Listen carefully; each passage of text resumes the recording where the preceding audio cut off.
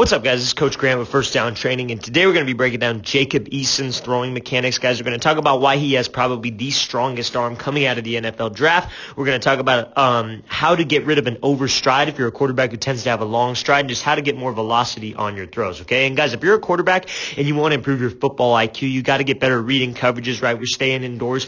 We got to do something to improve my game and understanding. Improving my understanding of defenses is one of the best things that you could do right now. Check out that link in the description that says learn how to read defenses. You can learn how to read coverages. We break down 70 NFL defenses overall, and we do 4 new ones every week. So that number just keeps getting bigger and bigger. Hope to get you guys signed up. So first things first here with Eason, we're going to talk about his base, okay? And I think this is one of the keys to having a strong arm as a quarterback. So let's watch this throw full speed here. So a little play action, sitting back in the pocket with a wide base, quick front stride, and he throws a dart over the middle of the field. Now the next clip that we're going to look at how his base gets a little bit more narrow and how his stride gets a little bit longer. Okay, so now when we're sitting here, guys, this is a perfect position that we want to be in, especially even shorter guys. I know Eason's probably 6'3", 6'4". He's a bigger guy, but we want to have my feet just outside my shoulders, okay? That's the position that I want to be in, because when I drive off of this back leg, and Eason does a great job of doing that, that front foot is forced to come down fast, and that's going to bring the football through fast, okay? So you're going to see here when he starts to drive and the throw starts from the back leg, in his thought process right now, well, he's not even thinking about this right now, but as quarterbacks, we can think about this when we're doing drill work, and we got to improve this. I want to think drive first. I don't want to think step first and open up my hip and then being real long with this stride, not powerful. I want it to be explosive. I want to be able to drive, front foot down quick, and then that brings my back hip through. So you see how he's here, he drives, and that's down fast. Now, when does that front foot hit the ground? When he's in this opposite L angle. Now, I'm not saying this is the only way to throw a football. This is a very efficient way to have a backstroke, right? Because when you get to that opposite L, you see he separates his hands here. He's keeping that front shoulder closed on the target as he gets that front foot down. What I see a lot of people do is they'll get that front foot down and then they take this front shoulder and swing it open to their left, right? And then that follow through either comes out wide or they just don't have any torque on the ball, right? So we want to try to keep my front shoulder closed as I'm pushing, as I get my front foot down. Now, why is that? Because your hip is going to be able to shoot through this throw now. So he drives, get the front foot down. Now his hip is what brings the ball through. He doesn't think with his arm, okay, I'm bringing a half circle. And I could tell when quarterbacks are solely thinking about their arm, because you could see the motion, it feels forced and it's not as explosive, not as smooth, right? This is a very smooth motion we're going to see in other clips. So when he takes it back, his hips bring him up to that 90-degree angle, because you see he doesn't even hold it up here at this 90. A lot of people teach, get to 90, lift the ball, right? Eason does not do that. He doesn't lift straight to 90. He gets to this L right here, and then his hip drive brings him up to that 90-degree angle, and he doesn't even stay in that angle long because his hip is rotating through. He's opening up this front hip as well. He's driving, getting the front foot down, and his hips are separate from the throw. So now the ball is behind the hip. I know that's kind of tough to see here because of how fast the motion is, but his hip is coming through before the ball. They call it chasing the hip. That's a position of torque, and then he's able to rotate right through. Only thing I can critique about his motion is how his head kind of leans out of the throw, and we're going to talk about that later in this video towards the last clip, how quarterbacks, what that does to quarterbacks. But that's a great job using hip drive and leg drive to throw a dart right over this linebacker. That's a big time throw right there. Let's watch it full speed again. So taking this drop, front foot down, get that front foot down quick. So now the next throw we're going to see here is this a little bit of an overstride. We're going to see what that does. Now here's the thing too. Here's what's crazy about this. He has an overstride and he still throws the ball 62 miles an hour, which was, I believe, the highest at the combine. I don't know why they measure this, but it's just something that they do at combines. So you're going to see when he makes this throw, look how narrow his base is, right? His feet are underneath his shoulders now, right? Your feet are underneath your shoulders, and now the long stride, I'm not saying you can't get power from it, because a lot of guys do feel like they have power. The issue is the release gets longer and it's not out of your hands, and you're not as efficient with the ball. You're going to release this thing high, you're going to release it low. You don't know where it's going to go because your front foot's way out in front of you. Is your front foot going to extend? You don't know. You don't have control. The thing about that front foot is it allows your hips to come through.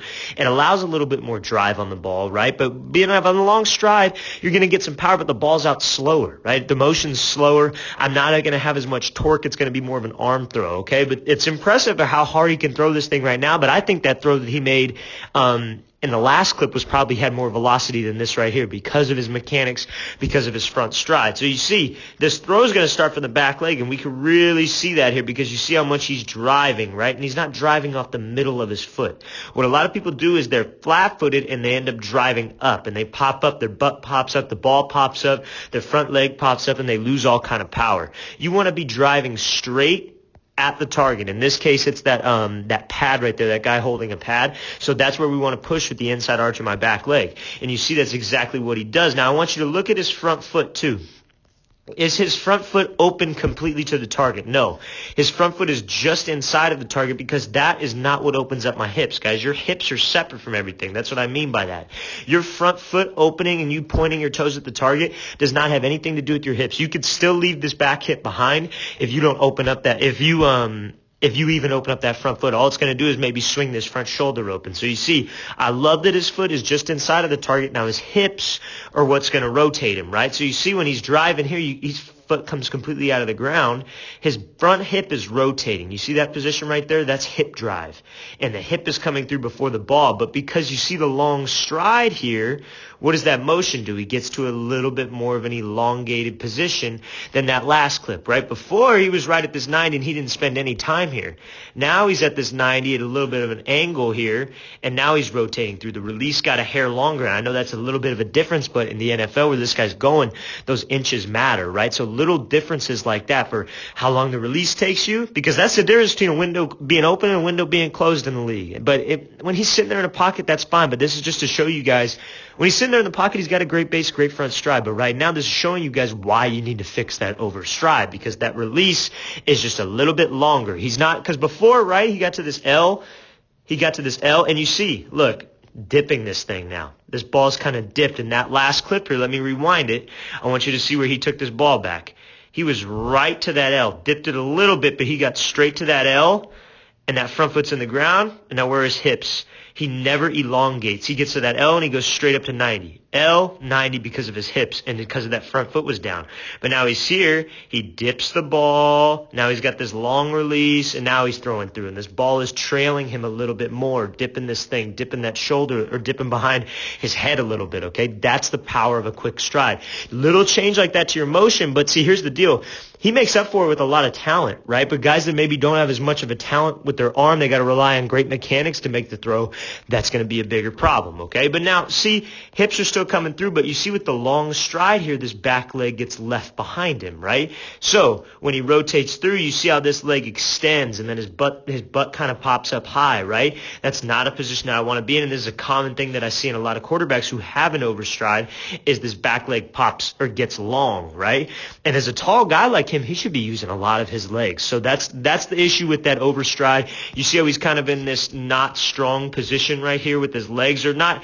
I wouldn't say it's not strong, but it's not as balanced as I would like it to be, okay? Now that's the power of having a quick stride. Let's watch it again. So a little bit longer of a stride, a little bit longer of a motion, right? I know he's trying to throw it as hard as he can. It's not a realistic thing, but that's just to show you guys, well, if you want to improve your front stride, if you've been told you overstride, you have a long stride, you have a long release, that's something you can do to quicken up the release, okay? So now, we're going to be looking at this deep ball here.